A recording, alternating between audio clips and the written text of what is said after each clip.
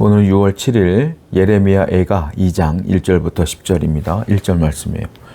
슬프다 주께서 어찌 그리 진노하사 딸 시온을 구름으로 덮으셨는가. 이스라엘의 아름다움을 하늘에서 땅에 던지셨으며 그의 진노의 날에 그의 발판을 기억하지 아니하셨도다. 오늘 이 말씀은 하나님이 진노하시고 심판하시는 장면들이 나오는데 그 심판이 얼마나 무섭고 두려운지에 대한 얘기가 나옵니다. 1절을 보니까 슬프다. 슬픔으로 이야기를 시작합니다. 어떻게 표현합니까?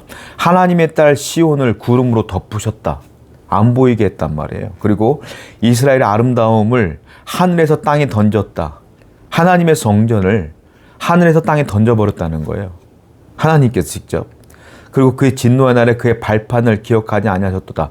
즉 그 진노의 날에 하나님의 성전조차도 하나님의 땅에 던져버리신 것뿐만이 아니라 완전히 성전 자체를 하나님이 잊어먹었다 이 말이에요. 기억하지 않는다. 하나님의 성전은 하나님이 거하시는 곳이잖아요. 그런데 그 성전조차도 하나님은 아까워하지 않고 다 파괴해버렸다. 하늘에서 다 던져버리고 땅으로 던져버리고 다 파괴해버렸다. 이 말은 무슨 말이냐? 하나님이 마음먹고 심판하시는 그날에는 하나님의 성전조차도 방패가 되지 못한다. 다른 말로 말하면 하나님의 심판을 막을 수 있는 것은 아무것도 없다. 그 어떤 사람도 하나님의 심판 앞에 보호받을 수 없다. 그만큼 무섭다 이 말이에요. 그러므로 우리는 하나님의 심판의 때가 내게 오기 이전에 빨리 죄를 깨닫고 돌이켜야 되는 거예요. 안 그러면 큰일 난다. 여러분들의 인생은 큰일 나는 거예요. 그러므로 은혜가 무엇이냐? 죄를 빨리 깨닫는 게 은혜요. 빨리 돌이키게 하는 것이 은혜다. 오늘도 하나님 앞에 하나님의 심판을 두려워하며 죄를 두려워할 줄 아는 성도가 되기를 축원드립니다. 2절부터 봅니다. 주께서 야곱의 모든 거처들을 삼키시고 긍휼히 여기지 아니하셨으며 노아사 딸 유다의 견고한 성체들을 허물어 땅에 엎으시고 나라와 그 지도자들을 욕되게 하셨도다. 맹렬한 진노와 이스라엘의 모든 뿔을 자르셨으며 원수 앞에서 그의 오른손을 뒤로 거두어 들이시고 맹렬한 불이 사방으로 불사름같이 야곱을 불사르셨도다. 하나님의 심판에 대한 묘사를 하고 있는데 야곱의 모든 거처, 야곱의 12지파를 말하는 것이죠. 이 말은 다른 말로 무슨 말이에요? 이스라엘 민족을 말하는 것입니다. 이스라엘 민족, 이스라엘 전체가 다 불바다가 될 것이며 맹렬한 진노로 하나님의 진노로 하나님의 그 모든 12지파의 뿔을 다 잘라버리시고 사방을 불사르는 것이다. 이렇게 맹렬하게 하나님이 진노하실 것이다 라고 말하고 있어요. 이 말은 무슨 말이냐면 하나님은 심판의 때에 위에는 하나님의 성전조차도 땅에 던지신 하나님은 심판의 때에 사람에게도 긍휼을 베풀어 주지 않는다 이 말이에요.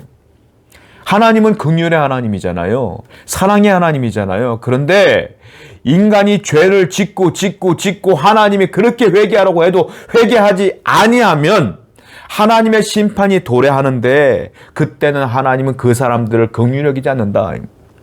구약 성경을 보면은 하나님이 그렇게 그들을 용서해 주려고 했지만 기다렸지만 결국은 그들이 죄를 지었을 때는 어떻게 합니까? 절대로 용서하지 않습니다. 하나님. 긍휼을 베풀지 않아요. 노아 홍수 때를 보십시오. 다 하나님께서는 싹 없애버렸어요. 하나님은 긍휼의 하나님이에요. 그런데 매일매일 긍휼의 하나님이 아니에요. 여러분 그거 아셔야 돼요. 하나님은 때에 따라 긍휼의 하나님이 되셔요. 때에 따라. 사람이 온전히 하나님을 믿는 자면 그 사람에게는 한량없는 긍휼함을 주시지만 그들이 죄를 짓고 하나님을 떠나면 하나님의 긍휼을 거둬들이신다.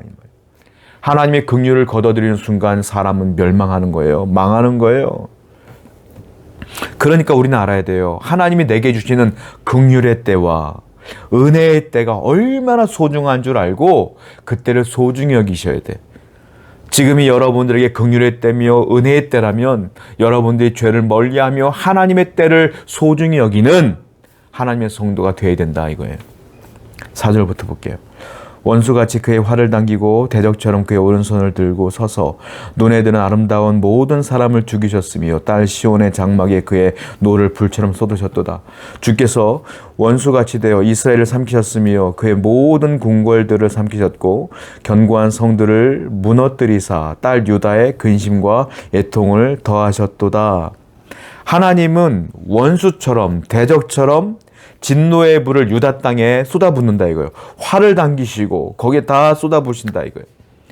실질적으로 그렇게 하신다는 거예요. 유다일지라도 이스라엘일지라도 하나님을 믿는 제사장일지라도 장로일지라도 상관없다 이거예요. 죄를 멀리하지 아니하며 죄 가운데 사는 사람에게는 그렇게 하나님이 징계하시고 심판하신다는 건데, 중요한 게 있어요. 하나님은 겁만 주고 안 하는 게 아니라 실질적으로 심판을 하신다 이거예요. 하나님의 말씀을 그대로 이루시는 분이에요. 하나님은 겁만 주고 하지마 경고만 주는 분이 아니라 경고하시고 반드시 그 말씀을 실천하시는 분이 하나님이시다라는 것 아니겠습니까?